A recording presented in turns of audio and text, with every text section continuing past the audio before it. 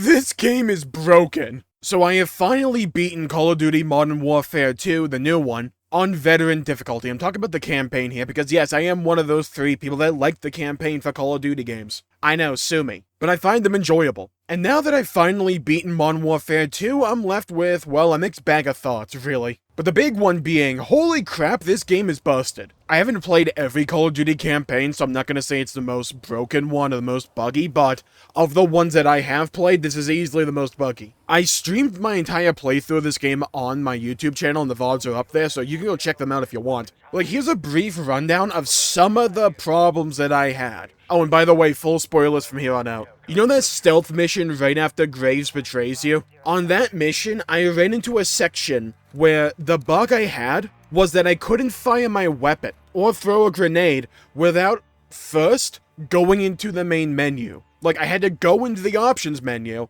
back out of that, and then I could fire my weapon. It took me multiple tries to even identify that that was the solution, and I only found that one out because someone in my chat noticed it. It went away after a little bit of progress, but oh my god, that one was probably the most annoying one. There was another big one that I had throughout the campaign, or at least the back end of it, and that was the lighting issues. That's what I really noticed and was in the second half of the campaign. It seemed like a lot of the lighting ignored the actual environment and was shown through walls and whatever. In the final stealth section on the final mission, where you're going after Hassani, like dodging his troops and all that, I could identify where his soldiers were because I could see the flashlights through the walls in the environment. It was just little things like that was just odd. There weren't really that many glitches or bugs that completely diminished the overall experience outside of that one lighting one that actually gave me a headache in the sewers, and the one that prevented me from actually firing my weapon unless I went into the options menu. Those were really the most egregious ones.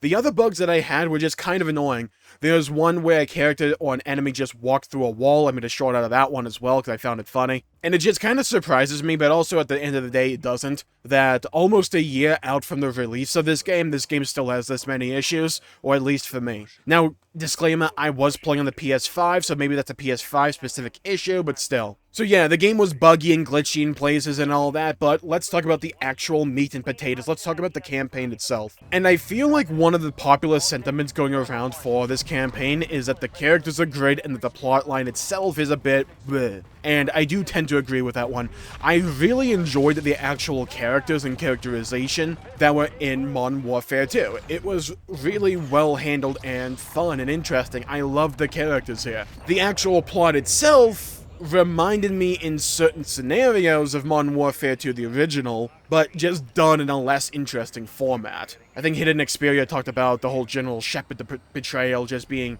way less impactful than him physically shooting you and killing Ghost in the original Modern Warfare 2. I felt that one just had way more weight to it. It was far more sudden. I did like that they changed the name tag for Ghost and Shepard when it was revealed that they were going to be the enemy. I did enjoy that aspect to it, and I did still kind of like the betrayal in this game. I just don't think it was up to the standard or the par that the original set out for. But I think one of the strongest aspects of this entire campaign is also one of its weaknesses, and let's talk about it. Let's talk about the mission variety. They tried a bunch of different things here. They tried a crafting system, which I think they did pretty well. They tried stealth, they tried vehicle sections, they tried many different designs of a mission, so that no two missions really ever felt the same, and I applaud them for that, and I think they did a pretty dang good job at doing that. They even tried their handed boss fights, with the whole Graves tank situation. That was cool, and there were a bunch of scenarios in the campaign that were just really high adrenaline Call of Duty action movie fun. Breaking into a prison. The whole battle along the highway, like jumping between various vehicles and all that, that was cool. Piloting the AC-130, yeah, hell yeah. Clearing houses at the border. We had a sniper mission that reminded me of Call of Duty 4, again done in a less interesting way, but I still liked what they did here. They put a genuine effort into actually spicing up the campaign and giving you more than just run and gun things to do, and I appreciated that aspect to it. Having said that, I also think the campaign could have been better off if there was a little bit more running and gunning missions that relied on the strong gameplay loop of Call of Duty, instead of having each mission feel kind of gimmicky in certain ways. Like I said, it's a bit of give and take here, because I do love the mission variety, it's just I also think mission replayability suffers because of that. I liked replaying the old Call of Duty Modern Warfare campaigns because each mission was fun and bombastic and all that, and was just a great little dose of the Call of Duty formula. Whereas here, I had a great time playing the actual campaign, and there may be individual missions I want to replay at some point, like the AC-130 mission, but on the whole, I'm not really screaming from the rafters to replay this campaign and experience it all over again. What I will say is that I do like this new approach that the new Modern Warfare games are trying to go for, which is a more slow and methodical, more gritty pace and tone to Modern Warfare, instead of the 80s action movie cheese the originals had. I love that original style as well, but I do appreciate what they're going for here as well. I just think maybe Modern Warfare 2019 struck a better balance of it. I think Hassan was a pretty weak villain overall, who we didn't really actively see do much throughout the campaign. He never made me love to hate him like they did with Shepard or Makarov back in the day, where they would palpably show you Shepard and Makarov do things that made you hate them and made you want to go after them. Hassan kind of felt like a filler character in a lot of ways, just trying to like bridge the gap to get us to Makarov proper for Modern Warfare 3, and Shepard took a bit more of a passive role than he did in the original Modern Warfare 2, and yeah.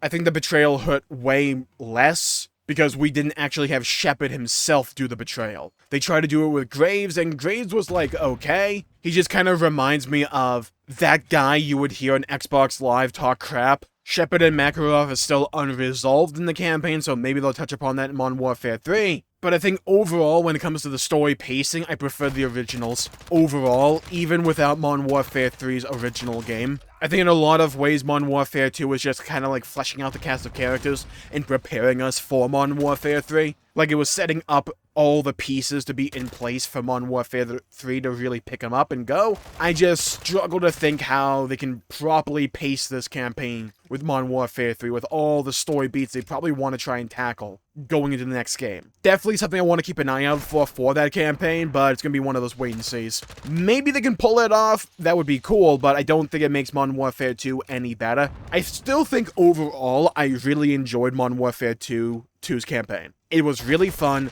I liked the mission variety, it had a lot of great memorable moments, I loved the characters, and I liked that it tried to do new things and wasn't just trying to rest on its laurels and do the bare minimum. It's clear that they tried to do some actual good here and said, okay, how can we take this formula and try and do it even better? And even mixing it up from time to time. I think there's real potential for the crafting system. I do. I don't want it to be overly complicated, but I think there's a way to maybe even just like combine equipment to get both the effects or some kind of like modified effect. Like if you could somehow combine a flashbang and a Molotov cocktail so that it flashes, but it also spreads fire everywhere, that could be cool. And have that system implemented in a traditional run-and-gun-esque mission. That would, like, breed replayability for me and just be an interesting twist in the formula and all that. Again, I don't want it to be, like, too, survivally and lean too much into the crafting system, because I don't think every game, especially Call of Duty, needs a crafting system, but if we're going to do it, I think there's ways to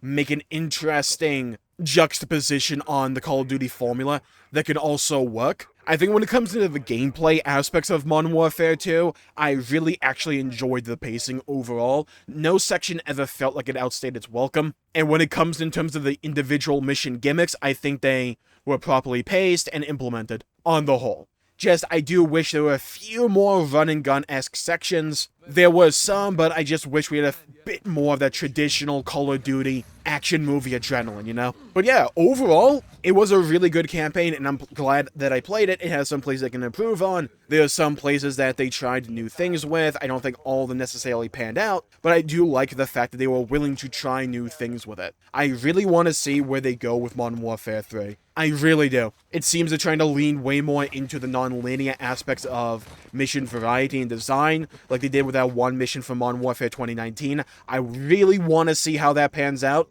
because I loved that mission from 2019, and if they can lean into those aspects and combine some of the new elements they introduced with Modern Warfare 2 here, I think they could have a banger campaign coming up. Be really interesting to see how they go with that. I want to see how they pace the story, where they go with the story. There's a lot of ways and a lot of things I want to see if they actually cover and tackle. They teased no Russian. I want to see if they tease the nuke. I want to see, or actually do that storyline. Do the invasion of DC. I want to see if they actually are willing to go all the way like they did all those years ago. It'll be very interesting to see. So I'm going to call the video there for the day. Thank you all for tuning in. My pleasure for making the video. If you enjoyed it, please leave a like and subscribe. It really helps the channel out and helps support future content, and I greatly appreciate it. Stay safe. Have a great day. Leave a comment down below with your thoughts, your opinions on the Modern Warfare 2 campaign and the Modern Warfare 1 campaign. Which did you prefer?